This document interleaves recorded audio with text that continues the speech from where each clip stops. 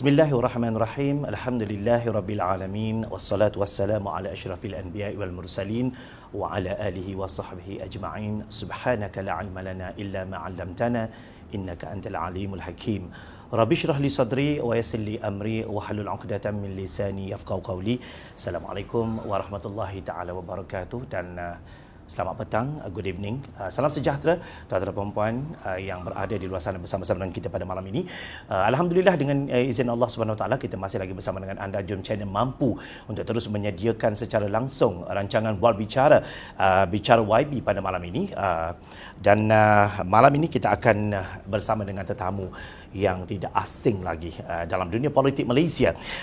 Kita bersama dengan YB Datuk Seri Dr. Mujahid Yusof. Assalamualaikum YB. Waalaikumsalam warahmatullahi wabarakatuh. Alhamdulillah. Terima kasih Datuk Seri kerana sudi bersama dengan kita pada malam ini untuk bicara YB yang saya rasa tajuknya, bila saya dapat tajuk ini, saya dah dapat rasa macam-macam soalan nak saya tanya kepada Datuk pada malam ini. Diharapkan juga kepada sahabat-sahabat di luar sana, kalau sekiranya anda ada soalan atau sebarang pertanyaan, jangan lupa untuk bersama kami untuk menulis di ruangan komen sama ada di YouTube Jom Channel ataupun sekiranya anda bersama kami di Jom Channel FB Live malam ini. Nyatakan soalan anda dan insya-Allah YB Datuk Seri akan menjawab soalan anda secara langsung pada malam ini.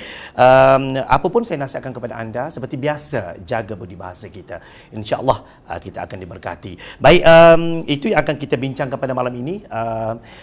Interaktif itu penting, soalan anda amat-amat kami alu-alukan dan juga tajuk yang kita nak bincang pada malam ini adalah ahli politik yang menggadaikan integriti menjejaskan masa depan negara. Itu tajuk yang akan kita bincangkan lebih kurang sejam daripada sekarang ini. Dan sebelum saya pergi kepada tajuk kita pada malam ini berbicara tentang integriti, kerana berpegang kepada integriti lah maka tabung haji yang melalui proses ataupun pelan penstrukturan semula sepanjang pentadbiran Pakatan Harapan di bawah yang berhormat Datuk Seri Dr. Mujahid Yusof ketika itu sebagai Menteri Agama, alhamdulillah tabung haji dengan pelan penstrukturan semula telah mendapat pengiktirafan dunia dan difahamkan bahawa pengiktirafan itu bukanlah calang-calang pengiktirafan, ia merupakan di antara pengiktirafan yang sangat tinggi oleh dunia memandang kepada kita dalam isu tabung haji. Apapun tahniah YB kerana mendapat pengiktirafan itu. Mungkin ada sesuatu sebelum kita masuk kepada tajuk kita ini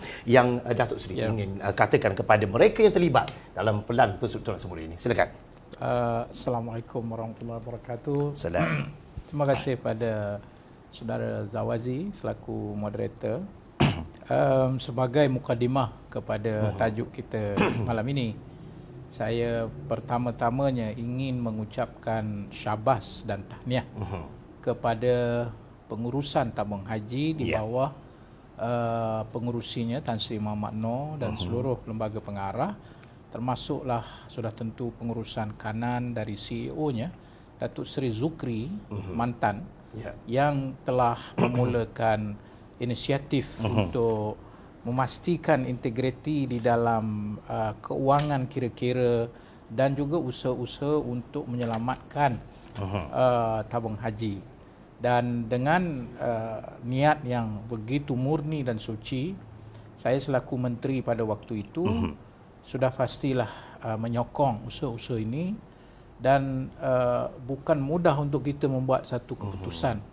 Dan berkat daripada ianya dilakukan secara teamwork, maka kita telah menghasilkan satu inisiatif yang begitu inovatif sekali, sehingga dengan itu terbitnya sukuk yang dikeluarkan melalui UJSB, Urus Jemaah Sedia Berhad, yang merupakan syarikat bertujuan khas yang diperbadankan dari Kementerian Keuangan, dan usaha itu yang asasnya memindahkan aset-aset yang sakit ataupun dipanggil toxic asset yang selama ini menyebabkan pendarahan kepada tabung haji dan asetnya, kita telah pindahkan. Dan dengan perpindahan itu kita mendapat sukuk yang kemudian kita terbitkan, dan itulah inovasinya.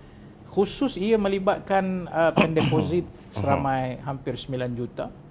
Maka itu usaha ini, inovasi ini, memang pada awal kita buat itu, kita telah mengandaikan ini kemungkinan satu-satunya inovasi yang unik yang kita telah terokai. Dan memang benar apabila kita tahu International Islamic Finance Award yang melihat inovasi-inovasi instrumen kewangan Islam ini dan bagaimana ia dikendalikan, mungkin melihat ini sebagai salah satu inovasi yang unik kerana ia juga disebut di dalam award itu. Apatah lagi ia melibatkan soal kepentingan para pendeposit yang nak melakukan ibadat haji. So perkara-perkara inilah saya rasa bukan saya sebenarnya, tapi itu adalah daripada tim tabung haji dan juga hari ini dikendalikan, digalas ganti oleh Datuk Nik Hashyuddin yang juga mempercayai akan perlunya kita menyelamatkan tabung haji. Tapi asas kepada itu semua, Zawazi, ialah soal integriti yang melibatkan tentang kewangan, kejujuran dalam membuat penilaian. Di situlah maka kita boleh luaskan perbincangan integriti kita. Ya, baik. Apapun kami di Jom Channel juga mengucapkan tahniah Datuk Seri untuk pencapaian ini. Orang kata apa, walaupun bukan lagi anak kita, orang kata walaupun bukan lagi anak kita dah jadi anak orang lain, tetapi bila kita lihat anak kita berjaya, itu merupakan sesuatu yang membahagiakan. Dan ini sekaligus menjawab berbagai fitnah yang telah dilontarkan tentang tabung haji. Nah, kalau tabung haji itu dianggap saya telah melakukan sesuatu yang buruk terhadap tabung haji, lelong lah, jual sana jual sini, maka sudah tentulah tak mungkin ia diiktiraf, malah mungkin saya akan dilihat sebagai perosak. Tapi jikalau itu diiktiraf, ia bermakna bahawa usaha-usaha kita ini bukan sahaja mendapat pengiktirafan, tetapi ia unik yang boleh dipelajari oleh orang lain. Macam mana satu badan yang mengendalikan 9 juta pendeposit dengan nilai 70 bilion lebih, 74-78 bilion mungkin dapat telah diselamatkan, maka bagi saya dan bagi dunia, ini perlu dilihat sebagai satu pengalaman. Maka itulah yang saya menyatakan, orang boleh menabur fitnah sesuka hati mereka, tapi angka dan kenyataan tidak akan berbohong. Itu dia. Baik, malam ini Datuk Seri, sebagaimana yang kita beritahu lagi, kita akan bicara tentang integriti. Mungkin rakyat di luar sana yang ingin mengetahui apa yang dimaksudkan dengan integriti. Integriti ini sebenarnya dalam menurut Dewan Bahasa dan Pustaka adalah kejujuran dan ketulusan atau keadaan yang sempurna dan yang utuh ataupun untuk mempertahankan maruah diri daripada berlakunya penyelewengan dan sebagainya. Dan integriti ini dilihat sebagai satu sifat yang perlu ada bagi semua orang tanpa mengira agama dan juga kaum atau bangsa. Dan ia merupakan satu kebenaran yang perlu dididik di dalam jiwa, disemaikan dalam jiwa kita, dan manusia perlu ada sifat integriti ini untuk tidak berlakunya apa jua bentuk keadaan yang boleh menjatuhkan maruah dirinya. Itu yang kita nak bincangkan pada hari ini, tapi kita khususkan kepada integriti pada seorang ahli politik. Di mana kalau kita katakan bahawa ahli politik yang menggadaikan integritinya, maka itu merupakan di antara faktor-faktor yang boleh menjahanamkan sebuah negara. Baik, YB, kalau kita lihat dengan tajuk kita pada malam ini, saya nak mulakan perbincangan kita secara detail dengan satu kajian yang saya baca, di mana kajian itu membuat survey kepada seluruh penduduk dunia, ingin meminta rakyat ataupun penduduk dunia menyatakan tahap kepercayaan mereka kepada seseorang berdasarkan kerjaya. Ada senarai guru, ahli muzik, artis, peguam, arkitek dan sebagainya. Tetapi yang paling menyedihkan saya ketika itu adalah apabila saya melihat bahawa dilihat tahap kepercayaan orang adalah paling rendah kepada ahli politik. Okey, ini bukan saja di Malaysia tetapi diambil secara keseluruhan di seluruh dunia. Persoalan yang timbul di sini adalah bagaimana benda ini boleh berlaku? Apa faktor yang menyebabkan orang tidak percaya integriti seorang ahli politik? Silakan. Yalah, saya selaku ahli politik pun sedih jugalah apabila dapat penemuan yang begitu sebagai seorang ahli politik. Sudah tentu secara umumnya kami dilihat sebagai tidak berintegriti. Saya tidak menyalahi persepsi awam itu kerana kalau dilihat dalam konteks kerjaya yang melibatkan kepentingan yang lebih besar, serta ia mampu membuat keputusan-keputusan yang dia punya kesan itu kepada kelompok yang lebih besar. Contohnya kalau guru, mungkin kelompok yang terkesan daripada pengajarannya, jikalau dia tidak berintegriti mungkin akan menyebabkan beberapa orang daripada kelompok murid yang dididiknya, kalau seorang ayah contohnya dan juga ibu, mungkin kesannya kepada keluarganya. Begitu juga kalau kita sebagai bekerja di sebuah syarikat, maka kesannya itu juga mungkin terhadap kelompok yang terbatas dalam lingkungan mereka. Tapi apabila kita bercakap tentang seorang ahli politik, mereka ini berdiri pada satu tapak yang memberi kesan lebih besar dari sudut impak apa yang dia sebut, apa yang dia kata, apa yang dia buat keputusan.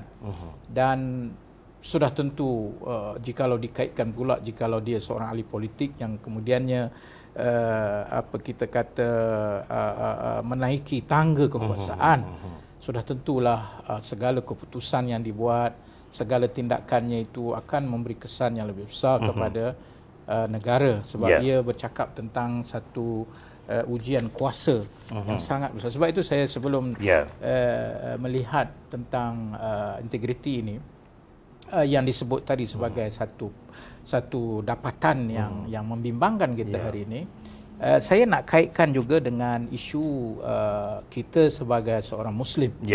Diulang beberapa kali dalam Al-Quran tentang apa yang dinamakan sebagai sifat amanah. Walladzina hum li amanatihim ra'un. Mereka menjaga amanah mereka. Walladzina hum li syahadatihim qa'imun. Mereka yang menjadi saksi yang benar. Bukan saksi yang disebut sebagai syahadatuz zur, sebagai salah satu dosa besar yang Nabi SAW menyebut tentang satu dosa, iaitu syahadatuz zur, penyaksian palsu, yang mana itu soal integriti lah. Jadi kalau seseorang itu tidak benar dalam persaksian dia terhadap sesuatu, dan dalam konteks ahli politik, ia menjadi persaksian kepada masyarakat yang lebih besar, negara secara menyeluruhnya. Maka apabila beliau gagal untuk menjadikan kesaksian dia, witness dia yang betul-betul menyaksikan sesuatu. Kalau tak betul dia kata tak betul. Kalau betul dia kata betul. Kalau dia disuruh menjadi saksi tentang satu penyelewengan, maka jika ianya berlaku maka dikatakan ianya satu penyelewengan. Tetapi sebaliknya, wala taqtumus syahadah. Wa antum ta'lamun. Kamu jangan sekali-kali menyembunyikan satu kebenaran itu sedangkan kamu mengetahuinya. Inilah yang dikatakan orang yang tidak berintegriti. Maka di sana kalau kita bercakap tentang negara, yang tadi tajuk kita ialah menjejaskan negara, ini membawa kita kepada satu persoalan yang lebih besar, bahawa bukan sahaja sifat tidak integriti itu yang memberi kesan kepada orang ramai, tetapi negara itu sendiri akan hancur. Saya bagi contoh, tak usah pergi jauh lah. Yang terkini, apa yang berlaku di Lebanon. Dalam kes letupan di Port Beirut itu, daripada pengamatan saya dan laporan dan yang saya baca serta yang saya tengok, menyatakan hari ini hampir semua orang Lebanon sudah tidak percaya lagi kepada ahli politik. Malah mereka berdemonstrasi. Kenapa? Kerana satu peristiwa besar yang sebegini rupa, mereka tidak lagi mengharapkan orang politik, sebab mereka kata kerana rasuah, kerana tidak berintegriti, tidak begitu itu, perbuatan itulah rasuah, menipu, menyeleweng fakta, salah guna kuasa, itu semualah maksud yang tidak berintegriti. Menyebabkan orang Lebanon hari ini sudah tidak percaya lagi kepada kerajaannya. Malah dalam kes letupan di Port Beirut itu, mereka kata duit jangan bagi dekat kerajaan ini. Jangan lagi suruh kerajaan buat siasatan, sebab mereka sudah tidak percaya. Itu kesan dia yang menjejaskan negara. Sementara orang nak datang melabur, sementara orang nak datang berniaga dengan kita, dan lebih buruk daripada itu, sifat integriti yang pengkhianatan terhadap integriti ini boleh menyebabkan pemimpin negara itu menjual negara dia demi untuk menyelamatkan diri dia dan kelompok dia. Inilah yang saya kata menjejaskan negara. Dan kita tak usah pergi jauh.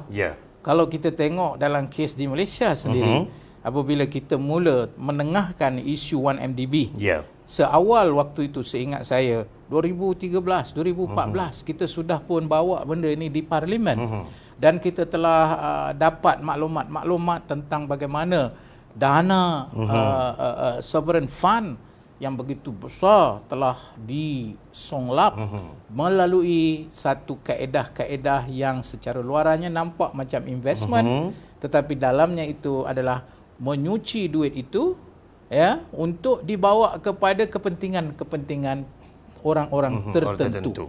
Dan ia telah melibatkan satu beban besar dari segi hutang negara kerana ia telah dijamin oleh kerajaan. Itu satu. Kedua, kita tengok tabung haji. Institusi umat Islam 9 juta pendeposit. Apa yang berlaku ialah apabila kewangan itu dibuat secara tidak integriti dengan cuba untuk menggambarkan bahawa semuanya okey. Sedangkan kalau dilihat dari sudut akaun yang jujur dan tidak ditambah dan kita kata diubah suai, maka kita akan dapati tabung haji ketika itu sudah kritikal sebelum saya ambil alih lagi. Dan ini sendiri adalah satu pembohongan kepada para pendeposit bahawa kalau dia kata pelaburan dia itu untung, sedangkan itu duit Zawazi, bukan duit saya. Maka saya membohongi Zawazi dengan menyatakan pelaburan itu untung, tapi hakikatnya ia rugi. Dan yang memegang apa kita kata kepentingan itu bukan saya. Kepentingan itu adalah anda. Jadi pembohongan kepada para pendeposit ini menyebabkan ianya menjadi satu kita kata isu integriti yang besar, dan di sana dipersoalkan tentang bagaimana ia dijalankan, bagaimana duit itu dilaburkan, bagaimana ia dibuat dengan mengikut proses-proses yang sepatutnya. So, kesannya apa? Kesannya ia menjejaskan kepentingan umat Islam yang bila kita datang, kita cuba menyelamatkannya supaya dia tidak menjadi lebih buruk. Ini soal integriti, ini soal nak memulihkan supaya segala kecurangan-kecurangan yang berlaku, baik 1MDB, baik tabung haji, perlu diletakkan pada landasannya yang betul. Sakitlah. Mana ada satu penyakit yang kritikal, yang kronik, yang jika kita nak operate tak sakit. Memang sakit. Tapi saya bertanya kepada orang ramai, kita ada pilihan atau tidak? Nak membiarkan terus dia sakit dan tenat serta mati, ataukah kita mengambil pendekatan, kita bedah, sakit, rawat, insya-Allah dengan ubat yang betul dia dapat disembuhkan. Semuanya kerana apa? Integriti. Bukan soal kepentingan diri. Dan dengan itu orang lain dengan sifat integriti ini pula akan mendapat manfaat yang besar apabila ada orang dari kalangan ahli politik yang jujur melaksanakan tugasannya. Saya tidak mahu menjadi seperti orang di Lubnan yang tidak lagi percaya kepada orang politik. Malah 5 anggota parlimen dia telah letak jawatan kerana mereka sendiri sebagai ahli parlimen sudah tidak percaya kepada usaha kerajaan untuk melawan rasuah, korupsi sehingga menyebabkan mata wang Lubnan jatuh dan harga mahal. Dan rakyat, when the people are hungry, kata orang putih, they are angry. Kan? Orang marah tu bukan sebab apa? Sebab dia lapar. Kenapa lapar? Sebab kamu tidak jaga. Sebab kamu tidak jujur. Sebab kamu rasuah menyebabkan kami. Malah mereka mengaitkan letupan yang berlaku itu ialah kerana orang-orang politik yang berkuasa, kerana mereka rasuah, dan disebab itulah berlakunya letupan besar. Dan akhirnya yang menjadi mangsa ialah orang politik yang menjadi orang kata tempat orang tidak percaya tadi itu ialah orang politik. Dan benarlah apa yang telah ditemukan dalam kajian tersebut. Saya harap Malaysia tak sampai tahap itu. Orang akan boleh membuat penilaian. Seorang ahli politik yang jujur itu, nombor satu, perlu mempunyai satu visi yang jelas, bukan untuk dirinya tapi untuk negara. Yang kedua, orang yang mahu berintegriti itu menolak sebarang bentuk kepentingan diri.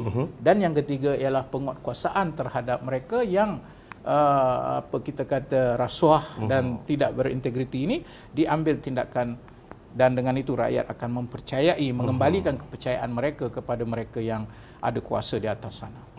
Baik, YB, kalau kita lihat akhir-akhir ini, ramai di antara ahli politik, tidak kira parti mana sekalipun, mereka didakwa dengan pelbagai pertuduhan. Kadang-kadang bila kita tengok terkejut, kita ada 76, 72, 46 atas seorang ahli politik dengan penyelewengan. Maksudnya tiada integriti di situ.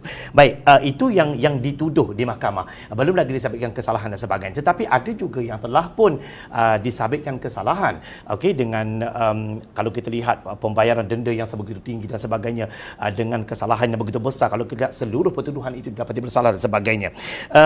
Di samping itu juga kalau kita lihat di Malaysia budaya wang ringgit untuk menyogok supaya mendapatkan sokongan dan sebagainya. Apa yang mengejutkan rakyat Malaysia adalah apa berlaku sehari sebelum Raya Haji sebelum ini, di mana kalau kita lihat bagaimana kerajaan Sabah cuba digulingkan, dan kita lihat berlaku di situ percubaan untuk menawarkan imbuhan tertentu untuk mereka berpaling dan seterusnya menyokong kepada pihak yang satu lagi.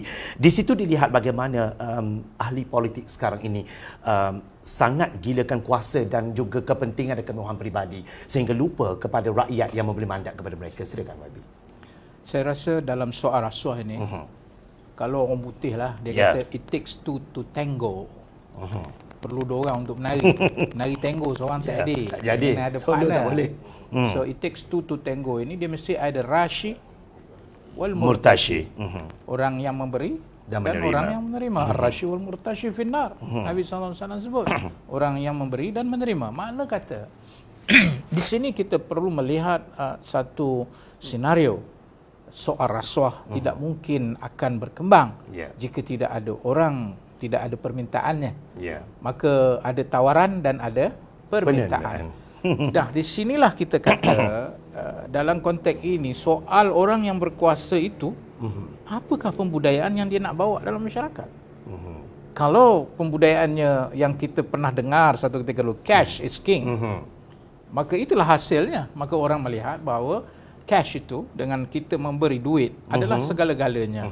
Termasuklah untuk meminta sokongan, termasuklah untuk kita menutup segala apa penyelewengan yang kita buat supaya orang duduk diam, termasuklah juga membeli orang-orang yang kita rasa boleh dibeli. Maka isu-isu ini, Zawazi, saya melihat adalah satu perjuangan yang panjang, kerana ia juga ada terbabit dengan soal pembudayaan. Walaupun masyarakat Melayu kita secara khusus dari sudut pembudayaannya, kita menolak sebarang bentuk budaya yang begitu. Ya, Melayu ada harga diri. Tapi apa jadi kepada ahli politik Melayu yang membawa nama besar parti politik Melayu yang telah mengubah adab-adab Melayu yang menolak segala barang rasuah dan suapan yang cuba disogok, telah menukar budaya itu melalui satu kepimpinan politik Melayu sehingga menganggap bagi duit itu perkara biasa. Bagi duit itu untuk mendapat undi dan sokongan, ya itu biasa. Bagi duit itu untuk kita mendiamkan sesuatu itu adalah perkara biasa. Dan lebih penting, orang yang nak terima suapan itu pula meletakkan harga pada telinga dia. Macam kita nak beli lembu masa korban, dia ada letak tag dekat telinga dia. Ini besar ni berapa, yang ni besar ni. Begitulah keadaannya. Jadi, ya, ini sangat-sangat menjejaskan. Apatah lagi, jikalau tidak ada satu political will di kalangan pemerintah dan orang politik yang mahukan berkuasa, insya-Allah siapa saja yang mahukan berkuasa itu perkara biasa. Soalnya kamu mau berkuasa untuk apa? Kamu mau berkuasa untuk teruskan kebobrokan? Kamu mau berkuasa untuk kamu terus menindas? Ya, imam kamu mau berkuasa kerana aku mau selamatkan negara ini. Hari ini kita tengok Perikatan Nasional. Kalau dari daripada kita kata menyorot kembali kemunculan Perikatan Nasional yang istilah dipakai pintu belakang tepuk atap apa itu semua. Kalau kita melihat bagaimana mereka lahir dan muncul, soal kita balik, yang kamu ni nak sangat ni kenapa? Tetapi kita dapat tahu juga yang sangat-sangat berkeinginan membentuk ini adalah orang macam Tan Sri Mahyudin mengambil kesempatan.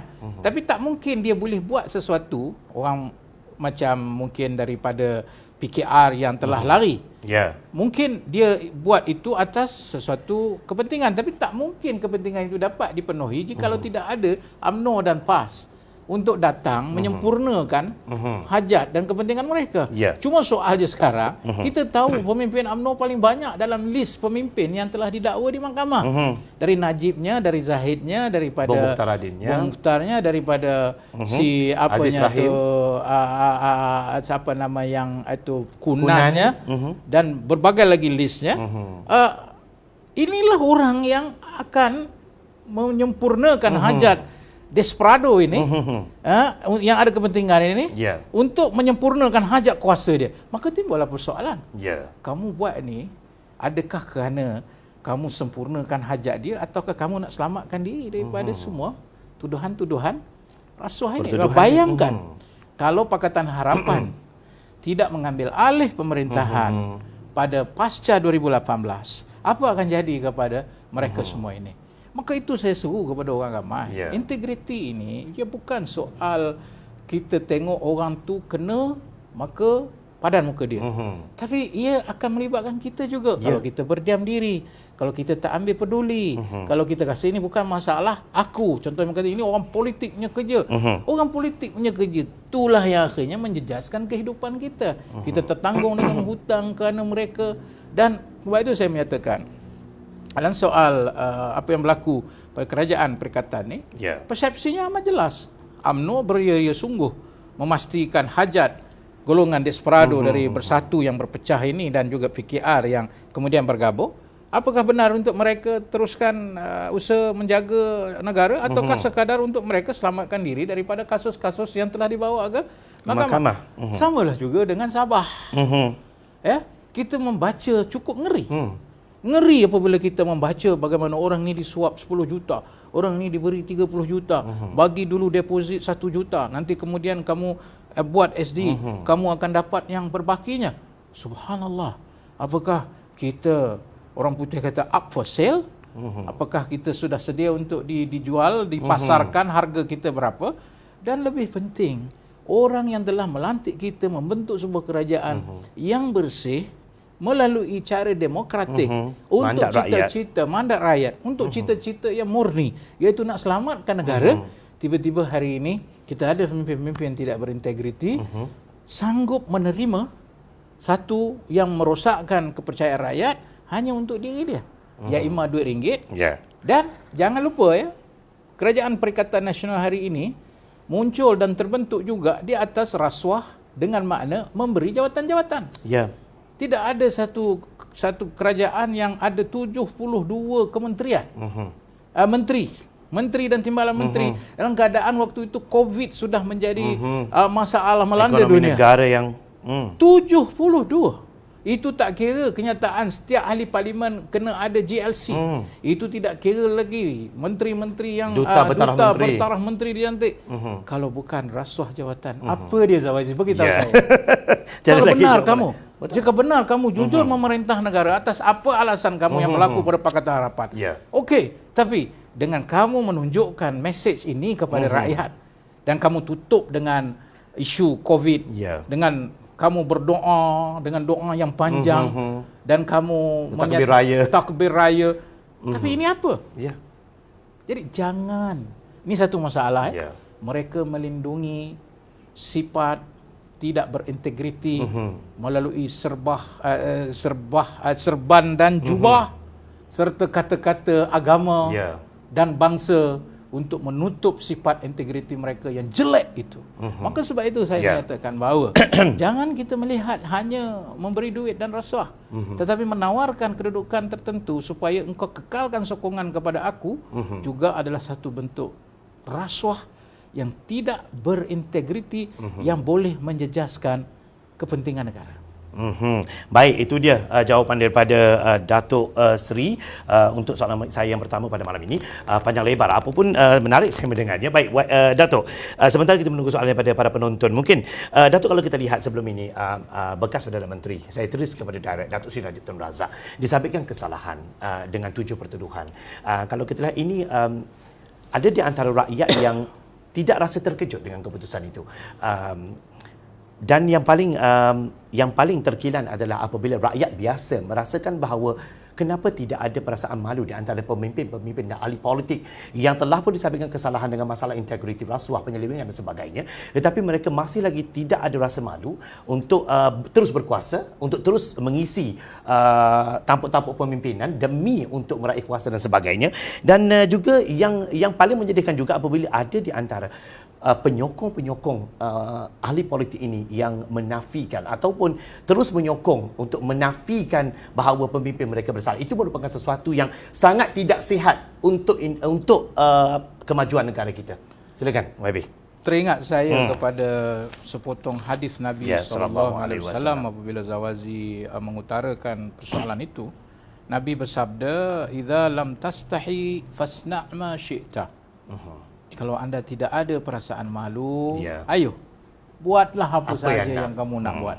Fasna' ma syi'ta. Dah tak malu dah kan? Dah tak ada dah satu perkara yang menjadi hijab antara dia untuk melaksanakan perkara-perkara yang keji, termasuklah tidak berintegriti. Itu Nabi telah mengingatkan kita.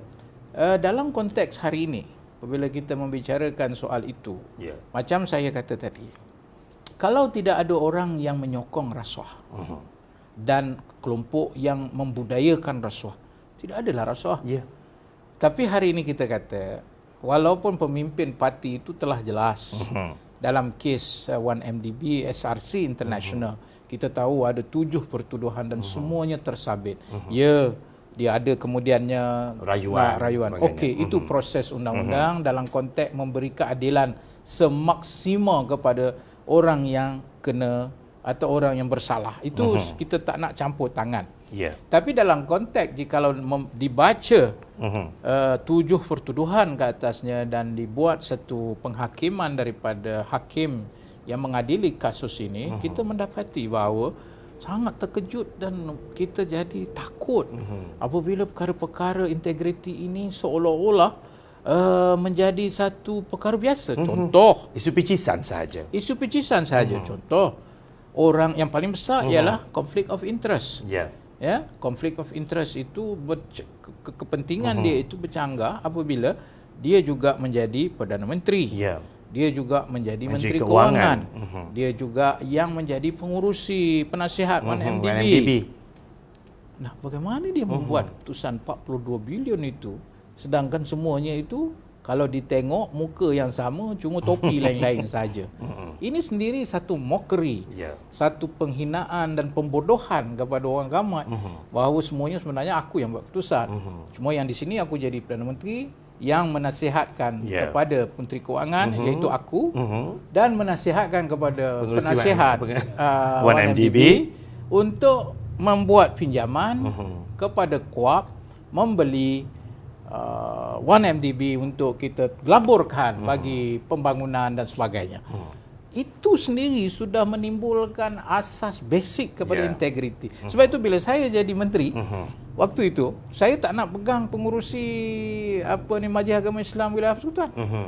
Saya tak nak pegang sebab saya menteri. Saya nak buat keputusan dalam Majlis Agama Islam Wilayah Persekutuan. Saya bertanya saya untuk membuat keputusan.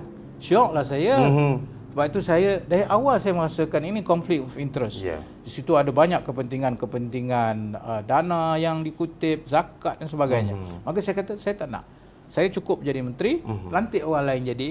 Sudah tentu orang lain itu perlu ikut dasar-dasar yang kita tetapkan. Ini very basic thing yang dalam konteks integriti perlu dibereskan dahulu. Kalau kita tengok lagi tentang SRC, bagaimana digunakan segala aparatus negara, digunakan segala instrumen negara daripada peguam negaranya yang menyatakan tidak ada kasus apa-apa, dia tidak bersalah dan dia tidak buat sesuatu yang salah, jadi tidak ada kes. Dia guna siapa? Peguam negara. Dia guna pula lagi SPRM, menyatakan tidak ada kes. Dia guna pula lagi keseluruhan media untuk menyatakan ini adalah sumbangan daripada Saudi. Dan dia menyatakan juga tentang dia menggunakan kepentingan kerajaan apabila dia menyebut polis pun kata tidak ada kes dan sebagainya. Bagi saya, kalau seseorang itu melihat kes SRC internasional ini yang melibatkan Perdana Menteri, mantan Perdana Menteri kita, Najib Tun Razak, kita akan mendapati satu keadaan yang cukup kita kata membimbangkan apabila seluruh instrumen negara, aparatus negara, TV, media, peguam negara, polis, SPRM yang pada asalnya kerja dia tu nak jaga integriti, semuanya telah bersubhat. Dan it is not just the person who commit the crime, but the whole instrument of the nation has committed the crime. Ini yang kita sedih. Ini yang kita kecewa. Ini yang kita rasa macam apa orang kata tekilan. Nak percaya kat siapa Nak percaya kat siapa sekali ni? Kita nak percaya kat siapa sekali ni? So sebab itu bila kes ini dibawa, maka kita baru dapat begini cerita. Itu satu. Yang ketiga, bagaimana dia menggunakan juga kepentingan negara untuk kuap, contohnya kumpulan wang pencen. Wang pencen dia pakai duit mereka untuk nak gunakan bagi songlap duit ini. Bagaimana dia gunakan pula syarikat-syarikat yang dibentuk, dia panggil syarikat apa kita kata hanya kulit saja, termasuklah Putrajaya Perdana Holding, Putrajaya Perdana Holding yang dimiliki oleh Jolo, yang kemudian tabung haji pula dipaksa beli sahamnya. Kemudian bagaimana isu apa kita panggil lagi SRC International ini melibatkan juga satu rangkaian di peringkat antarabangsa. Subhanallah.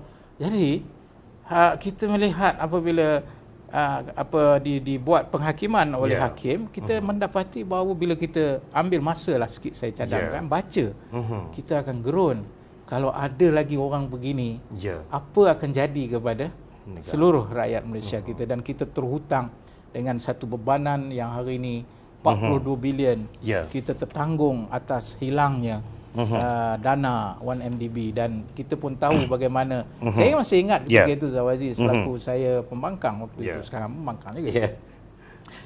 Kita menimbulkan soal ini. Apa jawab dia?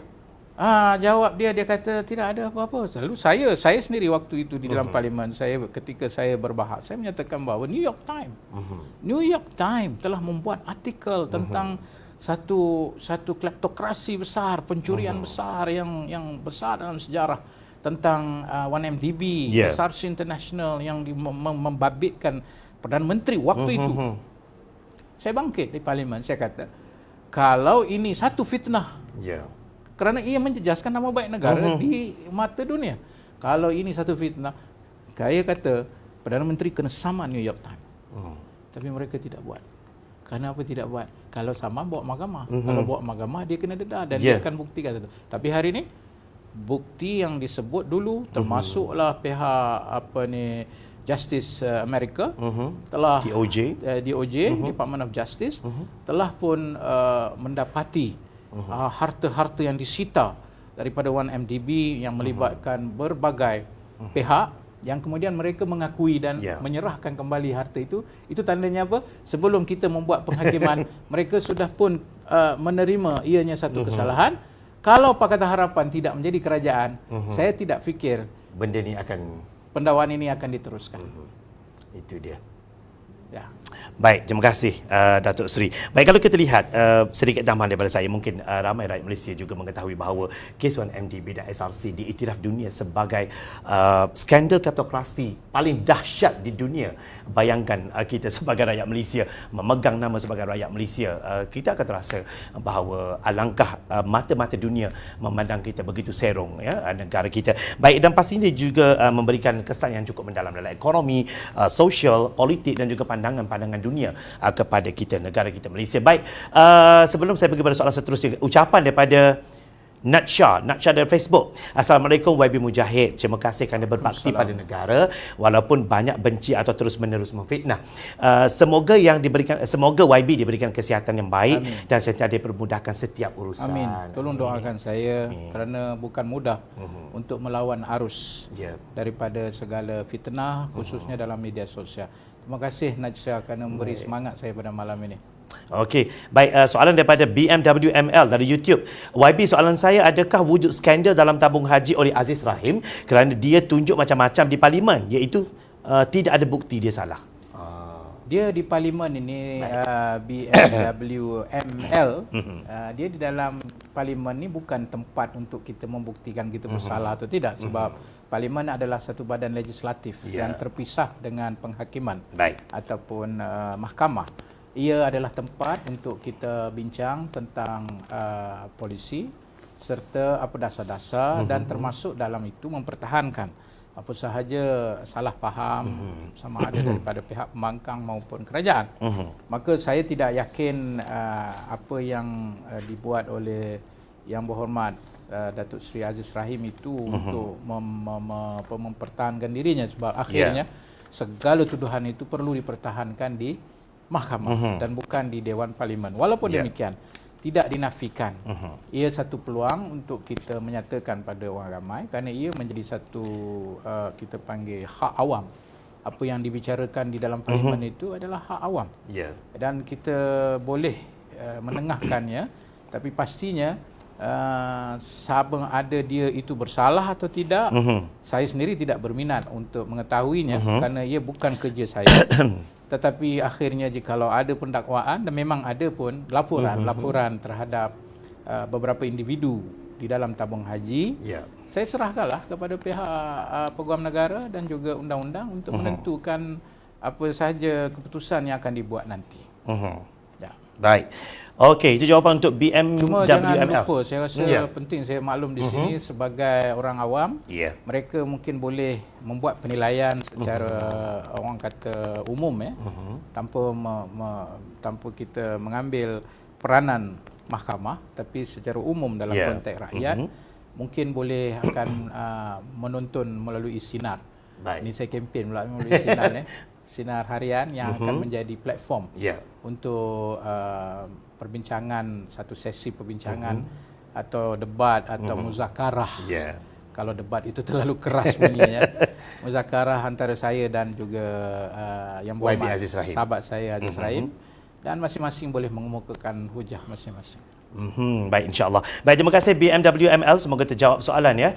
Terima kasih kerana bersama dengan kita. Baik, YB, untuk sebentar kita menunggu soalan seterusnya. Kalau kita lihat rakyat atau kalangan awam banyak yang mengadu bahawa tentang bagaimana ada di antara ahli politik yang suka mencampuri pentadbiran dan apatah lagi keuangan pentadbiran kerajaan.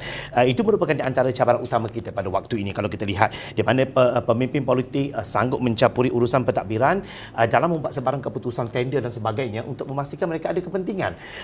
Dan di situ kita lihat ada di antara ahli politik yang sanggup membelakangkan undang-undang demi mendapatkan apa yang mereka hendak, dan mereka mengenepikan, mengesampingkan nilai integriti yang sepatutnya ada dalam diri mereka. Sebelum YB menjawab soalan itu, saya ingin beri satu contoh. Kalau kita lihat sebelum ini bagaimana kes yang diadukan oleh salah seorang Don di Jennifer di Sabah yang mengatakan bahawa ada segerombolan orang yang datang untuk meminang beliau untuk berpaling tadah kepada warisan dan menuju kepada pihak yang satu lagi. Apabila dia buat laporan, SPRM dan juga pihak polis, rakyat sampai sekarang masih tertanya-tanya apa terjadi kepada kes berkenaan.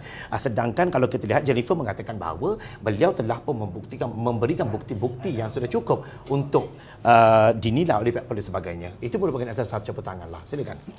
Ya, isu campur tangan politik ini sememangnya adalah sebahagian daripada asas utama memelihara integriti. Semasa Kerajaan Pakatan Harapan menjadi kerajaan, kita telah meletakkan beberapa asas penting dalam plan melawan rasuah nasional, di mana di dalamnya kita menyebut bahawa menteri maupun siapa saja yang berada di puncak kuasa tidak boleh membuat apa-apa rekomendasi, apatah lagi campur tangan dalam soal-soal tender, pentadbiran dalam konteks kita ada kepentingan di situ. Kita harus beza. Kami menteri, yang kami faham masa Pakatan Harapan lah, kita ada satu tanggungjawab sebagai menteri untuk memastikan apa kita panggil tanggungjawab eksekutif, iaitu melaksanakan polisi-polisi dan menguatkuasakan dalam konteks perundangan-perundangan yang perlu diberi pemantauan dan sebagainya.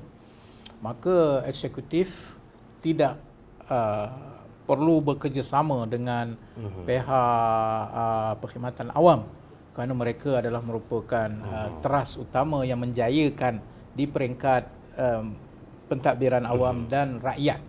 Maka di situ akan melibatkan soal kontrak, tender. Kita bincang panjang bagaimana seperti yang Zawazi sebut, berlaku sesuatu praktis, corrupt praktis ini bukanlah dia itu boleh berlaku jikalau tidak ada ruang-ruang untuk ia itu berkembang. Maka salah satunya ialah campur tangan tender-tender. So, seperti merekomenkan tender ini perlu diberi kepada fulan dan fulan. Apatah lagi kalau ada rundingan direct nego. Tidak ada satu apa kita kata open tender di mana kita akan mendapat the best price dan paling efektif dan juga menjimatkan kerajaan. Tapi amalan selama ini oleh kerajaan sebelumnya, mereka menjadikan segala tender-tender kerajaan ini sebagai kepentingan pihak tertentu yang mendapat projek-projek tidak secara telus.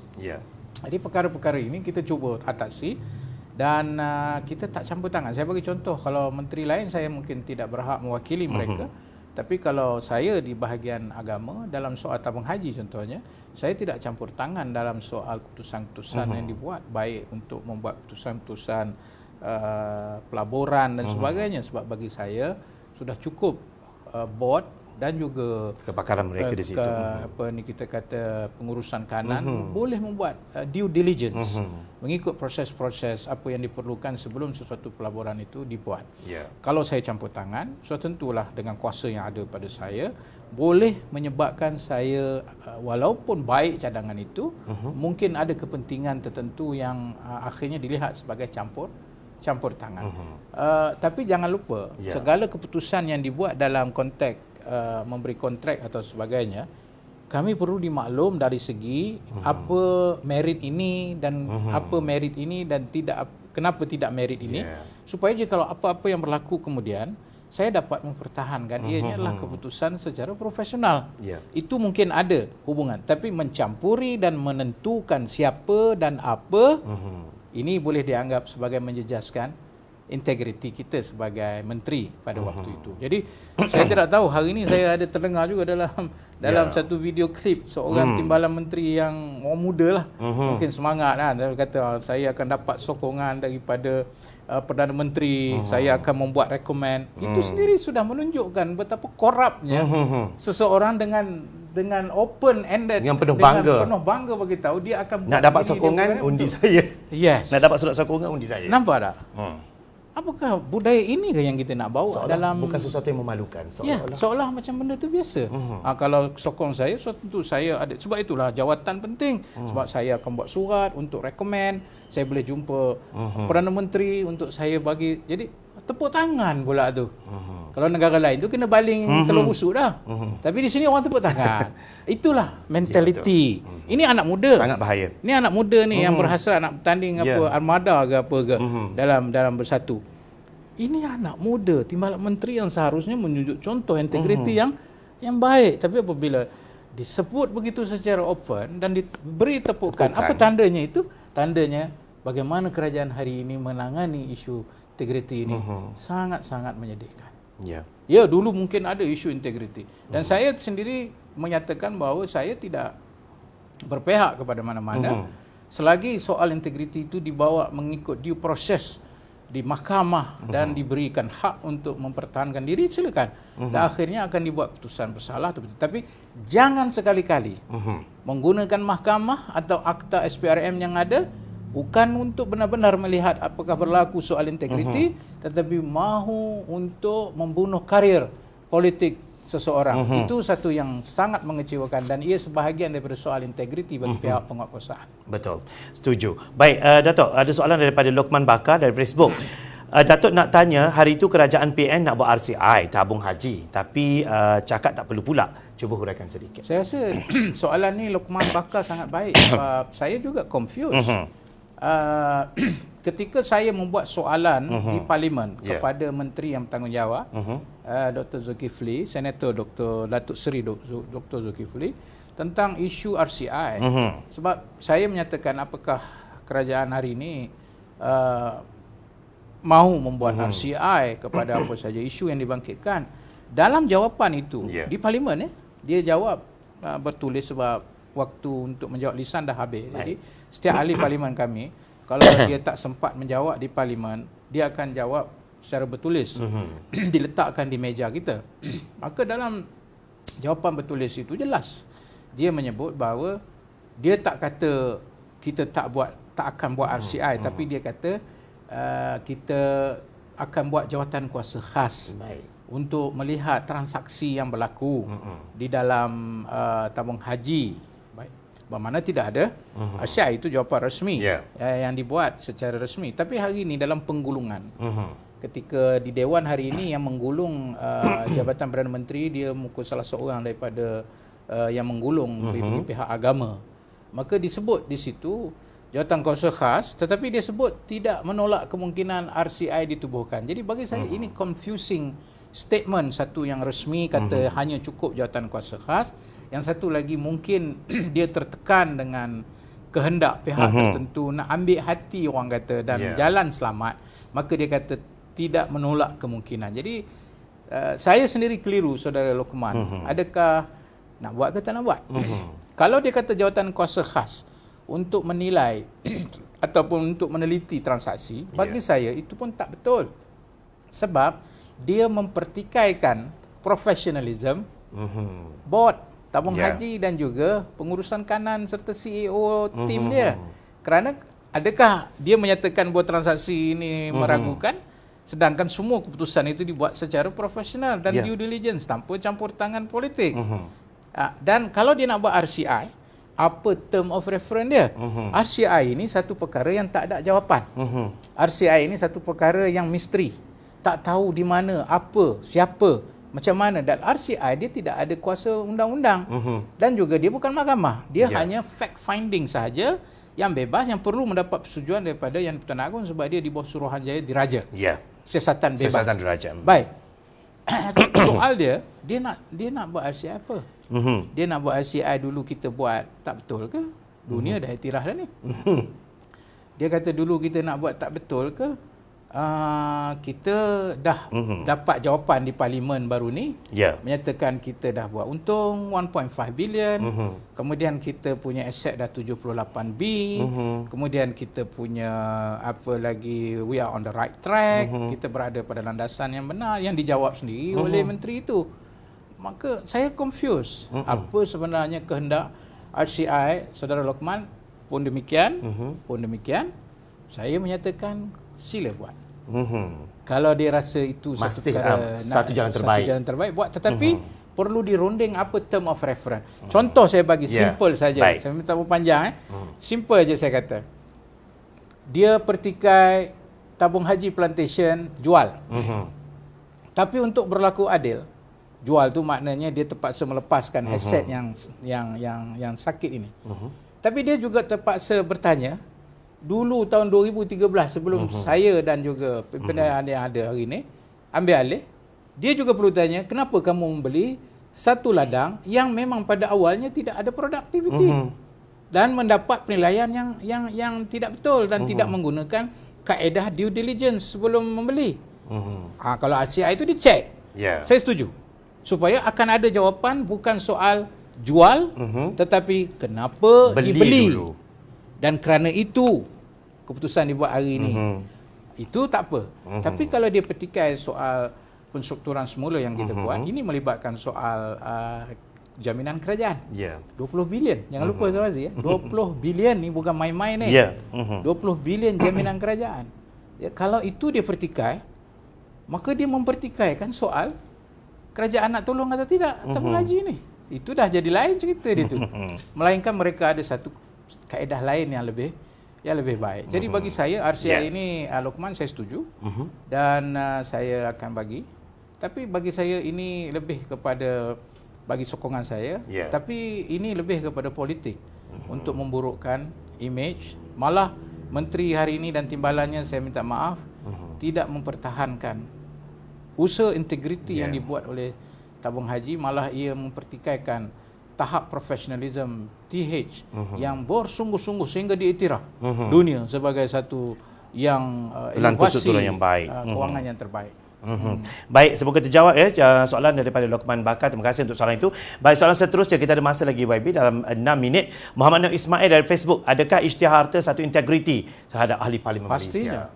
Saya untuk pengetahuan Muhammad Nur Ismail, sebelum jadi menteri pada tahun 2016-17, setiap tahun saya mengisytiharkan saya punya harta Orang boleh tahu kereta apa saya ada, rumah apa saya ada, berapa isteri saya ada, seorang je lah. Alhamdulillah puan Datin Sri. Datin Sri dengar ni tak apalah, seorang tu je lah. Jadi maknanya, itu very basic, paling asas elementary ABC lah. Kalau itu pun anda tak mampu mengisytiharkan, maka tak usah cakap pasal integriti lah. Tak cakap integriti lah. Baik, seterusnya ucapan daripada Muhammad Rozmi dari Facebook Tanya YB. Pendedahan YB malam ini ramai didengari oleh ahli UMNO malam ini. Elok dibuat live macam ini sekerap yang boleh sebagai pendedahan untuk rakyat. Dia bagi saya, bila saya bercakap soal integriti ini, pertama saya tidak membawa apa-apa bentuk, saya kata, mewakili satu kelompok untuk menyerang kelompok lain. Saya rasa sepanjang sejam ini anda mendengar bahawa saya lebih bercakap tentang falsafah dia, asas-asas dia dan kesan dia kepada negara, dan kebetulan kalau ada individu-individu yang disebut itu secara, kita kata, contoh yang kita berikan dan telah disabit pun di mahkamah, bukan satu benda yang saya reka. Saya setuju, harus soal integriti ini didengar oleh semua orang tanpa prejudis, tanpa mewakili kepuakan mana-mana pihak, dan menerima. Macam saya sendiri, orang kata isu Lim Guan Eng, jadi terus saya sebut di sini, Lim Guan Eng bersedia untuk mempertahankan dirinya di mahkamah dalam segala pertuduhan yang dibuat ke atasnya, dan kami sendiri merasakan bahawa kekuatan hujah dalam menyatakan seorang itu bersih akan ditentukan akhirnya oleh pihak mahkamah. Begitu juga dengan Najib. Dia kan, Najib mempunyai strong point bahawa ini adalah, dia kata dapat sumbangan daripada Arab Saudi. Dia buat ini melalui, dia pun tak tahu orang masuk akaun dia. Okeylah, you bawa benda itu dan you sudah bercakap dengan kehebatan you punya peguam bela. Akhirnya semua itu akan diribat oleh hakim dengan menyatakan, pertamanya tidak konklusif. Yang menyatakan sumbangan itu didapat daripada Arab Saudi. Tidak konklusif menyatakan bahawa dia tidak tahu sedangkan akaun itu ada dan dibelanjakan. Macam mana you tidak tahu sedangkan you belanja? So isu-isu beginilah maksud saya tidak berpihak kepada sesiapa. Saya hanya berpihak kepada integriti, dan saya sendiri secara peribadi cuba membaiki integriti saya ketika bercakap, dan dengan itu mengharapkan negara ini menjadi lebih baik jikalau pemimpin-pemimpin politik dan negara menjurus kepada memperkukuhkan integriti, dan rakyat akhirnya akan mendapat faedah besar daripada sebuah negara yang diidamkan, Malaysia baru yang jauh dari hingar-bingar politik kotor, jijik, tetapi bertenang dalam menghadapi cobaan dunia baru hari ini, yang kemudiannya akhirnya kita punya keutamaan ialah kepada kebajikan rakyat. Bercakap tentang Malaysia baru dalam masa berapa minit YB, mungkin kita boleh sentuh tentang apa yang viral ketika ini tentang seorang yang telah pun mendedahkan tentang aktiviti perjudian di Sungai Buloh sebelum ini, mengatakan bahawa ramai yang mula rasa tidak berpuas hati apabila si orang yang membuat live yang mendedahkan tentang perkara itu dengan bukti dan sebagainya, tetapi mereka pula yang menjadi tidak selamat. Apabila dikatakan bahawa seolah-olah beliau cuba untuk menjatuhkan integriti ataupun credibility Jabatan Polis dan sebagainya. Sedikit komen YB di situ. Malaysia baru sekarang ini menakutkan. Sangat menakutkan. Saya menyatakan demikian begini. Kalau sebuah kerajaan dan instrumen dia sendiri tidak membela aduan tentang rasuah, pada siapa lagi kita nak mengadu? Jadi harapkan pegar makan padi. Pegar tu burung bukan pagar. Burung pegar. Orang tak tahu, orang ingat pagar. Sebenarnya pegar, burung. Jadi itulah yang berlaku dalam negara kita. So sekali apabila kerajaan itu tidak lagi membela aduan rasuah, maka tidak ada lagi namanya sebuah kerajaan. Maka kerajaan itu sudah tidak berfungsi lagi. Maka ketika itu rakyat akan hilang kepercayaan dan mereka mencari sebuah kerajaan yang memungkinkan segala aduan-aduan ini dapat didengari dan diambil tindakan yang selayaknya. Termasuklah pihak polis, termasuklah pihak kita kata kerajaan, SPRM perlu mengambil semua aduan-aduan ini secara serius dan tidak pula pada waktu sama sebaliknya mengugut orang yang membuat aduan. So orang putih kata do not shoot the messenger. I am just the messenger. I'm telling you, why are you shooting me? Sepatutnya you shoot pada message yang saya bawa. Don't shoot the messenger. So itulah saya rasa antara integriti yang sering dipertikaikan. Dan saya pun seronok bila saya melihat pihak polis di peringkat atas secara jujur menyatakan kalau ada pihak polis yang kemudian mengugut orang itu yang membawa aduan, maka akan diambil tindakan. Silakan. Anda mempunyai segala kuasa untuk memastikan pihak penguatkuasaan khususnya polis yang tidak berintegriti untuk diambil tindakan secepat mungkin. Baik, insya-Allah. Baik, YB, dalam masa 1 minit mungkin YB boleh simpulkan perbincangan kita pada malam ini tentang topik ahli politik yang menggadaikan integriti menjejaskan masa depan negara. Silakan. Integriti ini adalah satu jalan yang panjang kerana ia melibatkan pembudayaan. Ia kita terpaksa mengendalikan soal supply and demand. Kita juga ada satu keazaman politik yang tegas untuk mengambil tindakan penguatkuasaan undang-undang bagi kita menyelamatkan negara dari terus runtuh dengan apa kita kata persoalan tidak ada integriti ini. Dan saya yakin insya-Allah rakyat lebih terbuka untuk membuat penilaian mereka sendiri tentang apakah yang lebih baik yang rakyat akan dapat. So bagi saya segala hingar-bingar ini hanyalah merupakan satu kita panggil halangan, tapi melalui live malam ini dengan cara yang lebih tenang dan orang-orang politik dan parti politik itu sendiri kena menonjolkan integriti itu. Anda tidak boleh menanam integriti jika Anda tidak mempercayai integriti itu dalam diri Anda itu sendiri. Tanamkan integriti pada diri Anda, keluarga Anda, anak isteri Anda, jiran tetangga Anda, parti anda yang kemudian akan menjadi satu platform untuk orang melihat. Kalau mau melihat parti yang berintegriti, inilah dia parti. Jadi kepimpinan parti masing-masing termasuklah parti Amanah yang saya telah sertai dengan sukarela dan meyakini akan masa depannya sebagai parti yang akan dihormati dan menjadi parti inspirasi rakyat Malaysia, perlu menunjukkan soal integriti. Dan saya ingin menyebut bahawa Presiden Parti Tuan Haji Muhammad Sabu sangat-sangat mengambil berat soal integriti dan kami akan bawa soal integriti ini untuk kepentingan negara pada masa depan.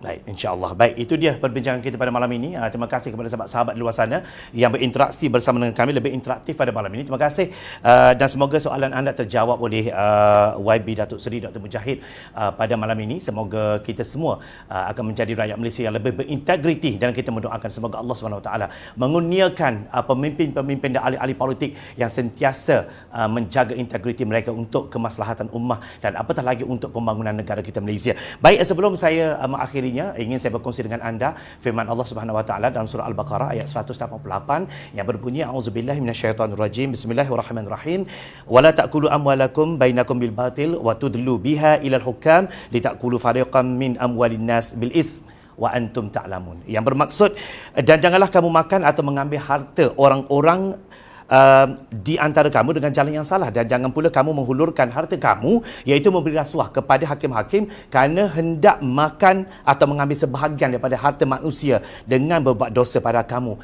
mengetahuinya satu kesalahan.